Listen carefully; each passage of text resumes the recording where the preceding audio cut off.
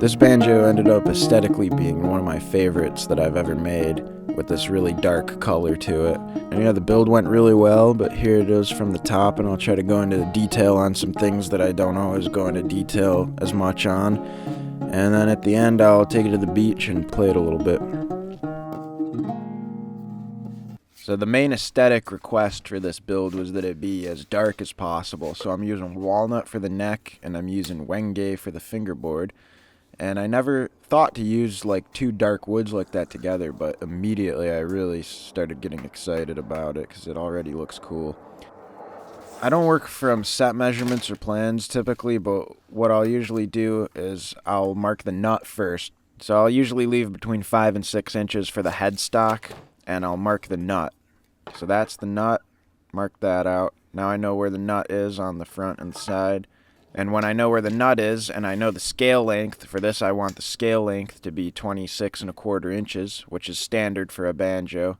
So I mark 26¼ inches from the nut, and then that's how I know where my bridge position is. So then I lay the gourd on top of where the bridge position will be. I like the bridge to be kind of in the middle of the gourd, and I can mark the in and out points where the neck will go in and out of the gourd. From my out point, where the neck comes out of the gourd, I'll leave a few more inches for the dowel stick to come out. I need enough dowel stick for the tailpiece to slide over top of. And I'll cut the rest off. So now I know I can safely cut that bit off of my camera. Decided to move to the side, but so that's scrap, and I'll use that for wall hooks or tuning pegs or something. Then I start by marking out the side profile of the neck. I do a little back angle on the headstock here. That's to, one, it looks nice, and also it puts more pressure on the nut so that it pulls the strings down onto the nut, and that helps for a better tone. So I'll kind of just eyeball that. Then for the neck thickness up at the top, I do usually between 1.5 and 2 centimeters, depending on how thick my fingerboard wood is going to be. And then by the time the neck reaches the in point, I'm usually all the way at the back of the wood that I have. So I draw a little line right at the end of the wood, and I start to round out my heel, and I start to draw in what'll be my frailing scoop. And I like to go in as far as I can for this frailing scoop. This part will be the dowel stick, and I like to set that back as far as I can so that there's a little more meat on the gourd in the front there, so it's a little stronger. But yeah, I basically make a little taper. That part's pretty easy. I just taper it, and then I use these French curves to really help me draw in these nice rounded little contours. And this takes trial and error. I'll be like erasing a lot and redoing, and I just kind of keep at it until I like how it's looking. And the more you do it, the better you get at it. But sometimes it still takes me a little while. But yeah, I just like everything to have a real smooth sort of contoured look to it, as much as possible at least.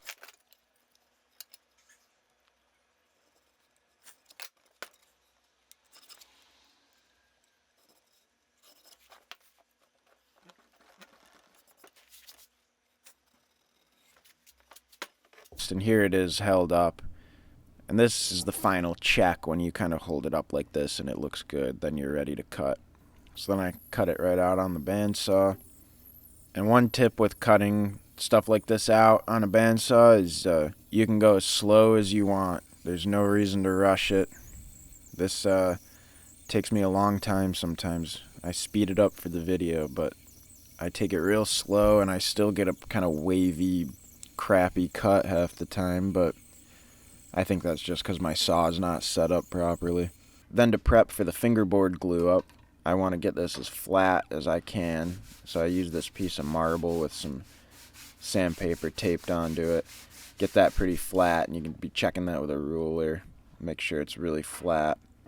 It's worth it to just use every clamp I've got, because I hate when I unclamp it and there's gaps and I gotta worry about that. So, and while that glue is setting up, I can get started on the tuning pegs. I've got this piece of Gaboon ebony here that I got off eBay, and it's a little skinnier than I'd like, but I think it'll do the job. So I draw the shape of the peg on it like this. Then I cut it out on the bandsaw. And when you're doing something like this, where you're cutting a curve into something small like this on the bandsaw, you want to make sure that you are never putting your hand in a position where it can slip, where if you were to slip, your hand would go into the saw blade, which is exactly what I did. And this was a few days prior to this, but I was cutting one of these pieces, and my thumb took a pretty good cut. You can get these peg shapers pretty cheap online. They make some really expensive, like German ones. I think Herdem is the brand. But this one I got for maybe $25. It does the job. I mean, there's no reason to really splurge on this. It's literally just a razor blade screwed into a tapered hole. Like, it's not, you can make it yourself, and I have made them myself. So, yeah. Basically just a pencil sharpener. Then I draw a center line here, and then I draw out my neck shape. I should make a video more in depth on drawing this out. I just kind of focused on making the side profile on this one, but I realized I didn't get much footage of making the front profile. But it's basically the same concept. I mean, I do it essentially the same way. And if you have a banjo already, you can just measure that and take measurements direct from that and just transfer them over, and it'll work very well. That's what I'd used to do all the time. For the headstock, it's the same sort of thing. I kind of sketch it on first, and then I take these French curves and round it all out and smooth it out. It can take quite a while, sometimes a lot of trial and error. It would definitely be easier to just like print this out or draw it one time and then trace it on every time. But I like every one of them to be a little different, and I like each one to kind of suit the design of the whole thing. You know, I don't really want to trace it on every time, but I don't know. It just kind of makes extra work. And there it is, all cut out. Still got a long way to go. A lot of shaping. I just file at it. I just use rasps and files at it. Go on and on. This is a fun part, but it takes a long time. You gotta be patient here and don't try to rush it.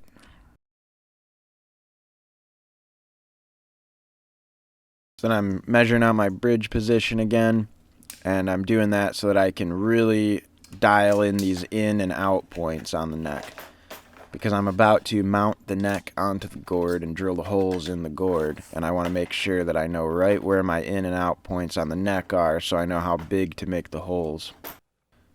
So then I lay this straight edge on the fingerboard, and then that allows me to measure from the in point on the dowel stick to roughly like a little below where I'd want my string height to be. So then I take that measurement, transfer it over to the gourd, and then I take the height and width of the dowel stick right at the in point there, and then try to transfer that onto the gourd. Then I just, I'm sure there's a better way to do this, but I just kind of slowly drill it out and then file it out. And you check it frequently, file, check, and then when the dowel stick will go all the way in so that the end of it will hit the bottom of the gourd, I start taking some measurements again. And this is when you can build in a neck angle. You want the neck to have sort of a slight back angle to it, and then when it's under string tension, it'll be pulled sort of straight again. And that helps with a lot of things with playability, especially farther up the neck. To get that effect, you want to drill the bottom hole a little bit closer to the rim of the gourd than the top hole. You just start with the holes smaller than you need them and slowly file them down, checking really frequently how far the dowel stick is going down in with that tapered dowel stick.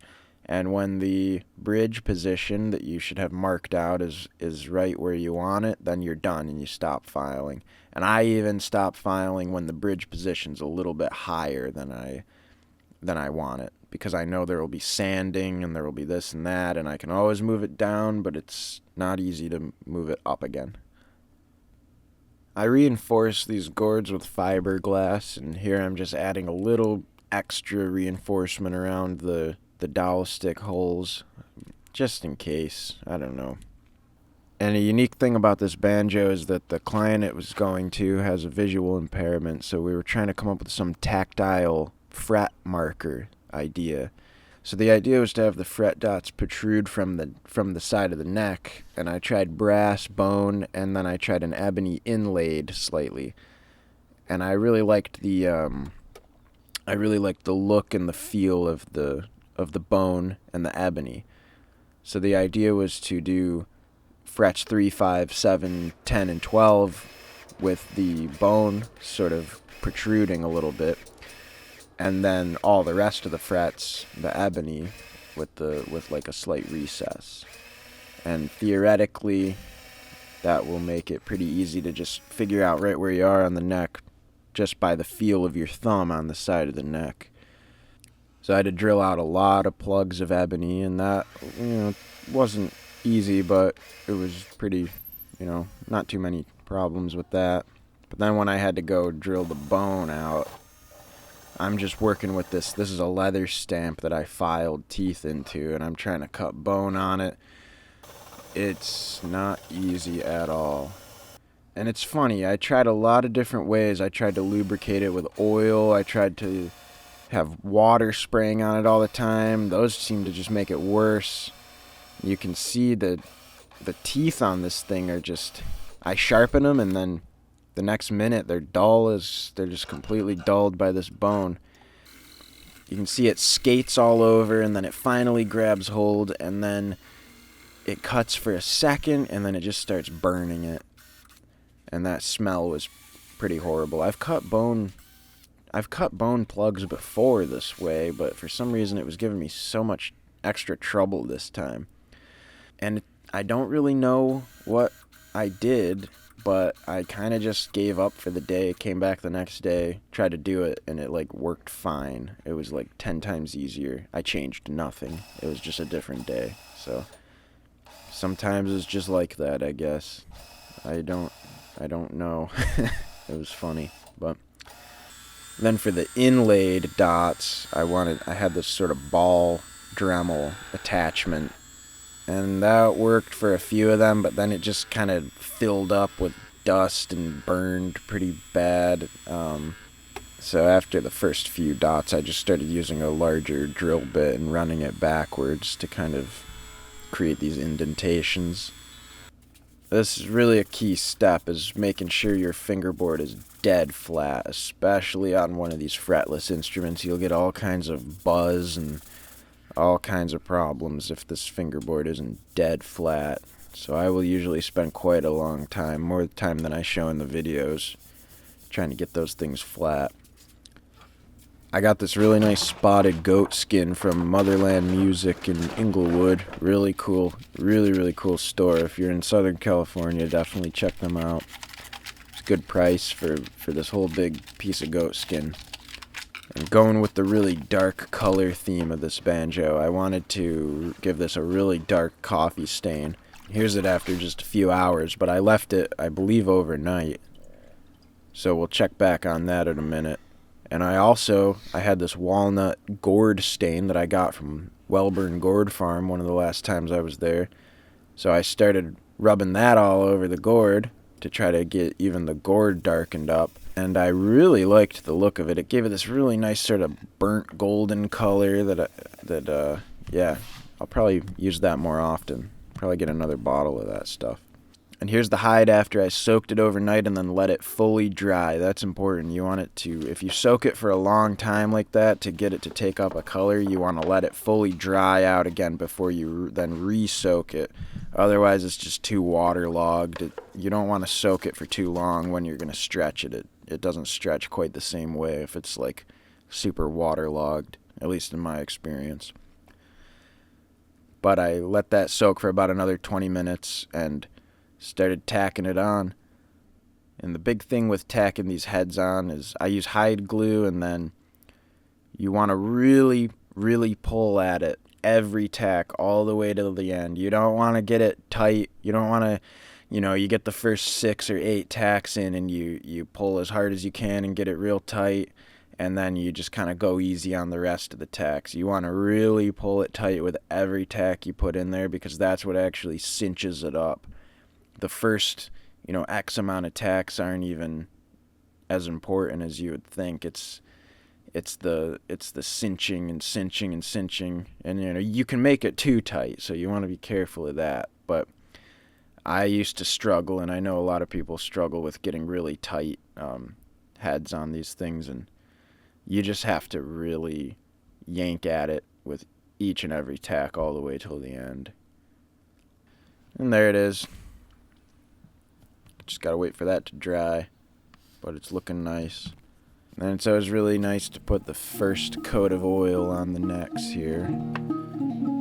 I'll just kind of let this run, I think.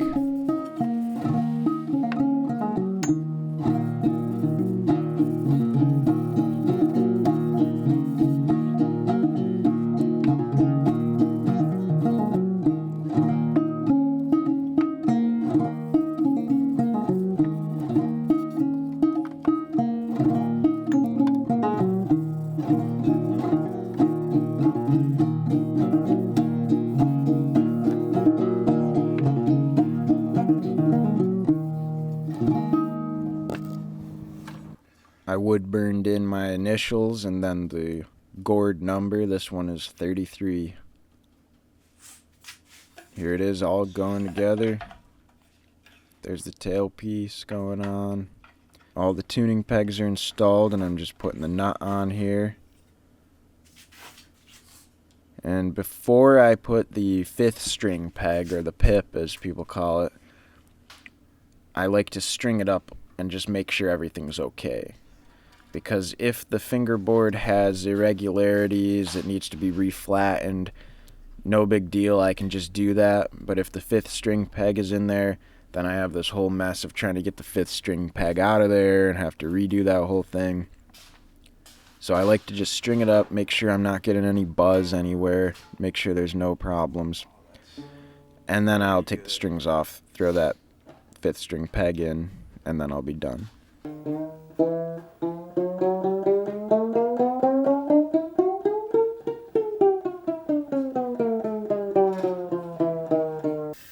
I'm using an offcut from the neck glue up to make the bridge. I've been doing this lately and I really like the look of it.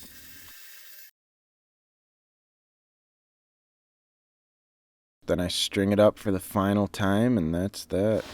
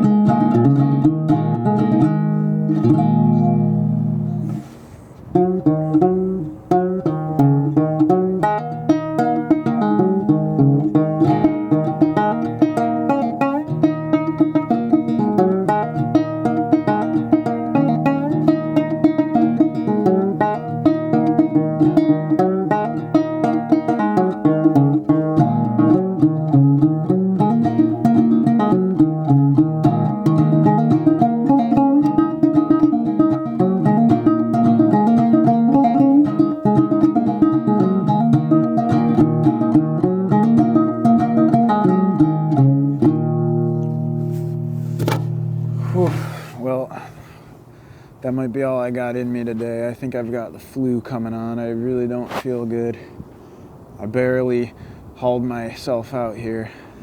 I'm here at the mouth of Malibu Creek. So if you've ever been to Malibu Creek State Park, this is where she ends.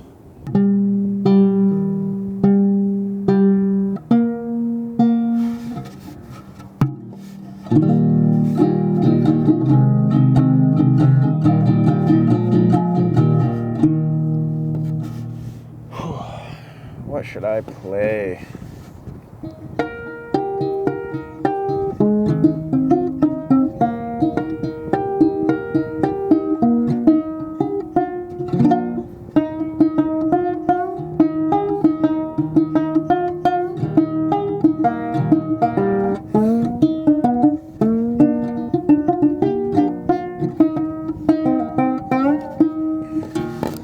really happy with how these side dots came out.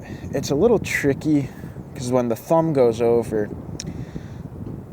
at the end of the day, it's going to be more about using your ear than anything else in order to play this thing with low or no vision. For the it depends how you hold the neck. Everyone holds it different. I believe a lot of people hold it like this. I hold it like, this is more of a bluegrass way to hold it, I believe. Old timers pretty much, hold it right in the crook of their thumb there, which is how I do it. I think that's true. Sometimes I wonder if I'm just completely making stuff up.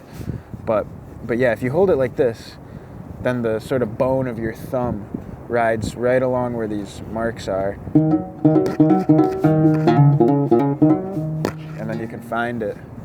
So I could go down, I could go right here, and I know that that's the 12th fret, and I can play harmonics without looking. So I'd say it's a success, but that is the ultimate decider of that is going to be the recipient of it. So I hope it works. I hope it works out. I hope he likes it. In every other respect, this is a real nice one. I feel like I'm continually improving on these things. And this plays really nice. Sounds really nice. I love this dark look. I'll probably do more. I have a lot more walnut. I accidentally bought walnut when I didn't need it for this, so I have some surplus. But anyway.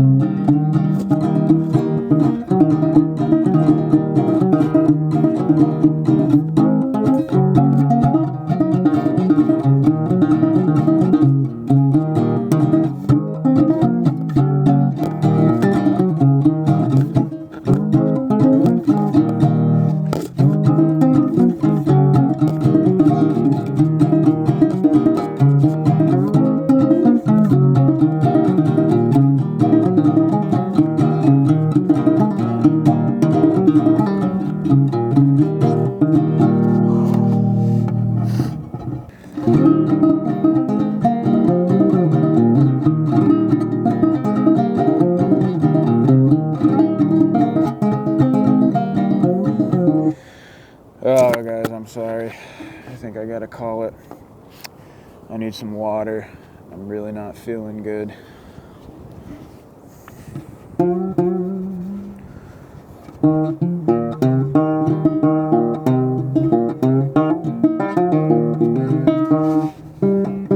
We'll leave it with some dock bogs.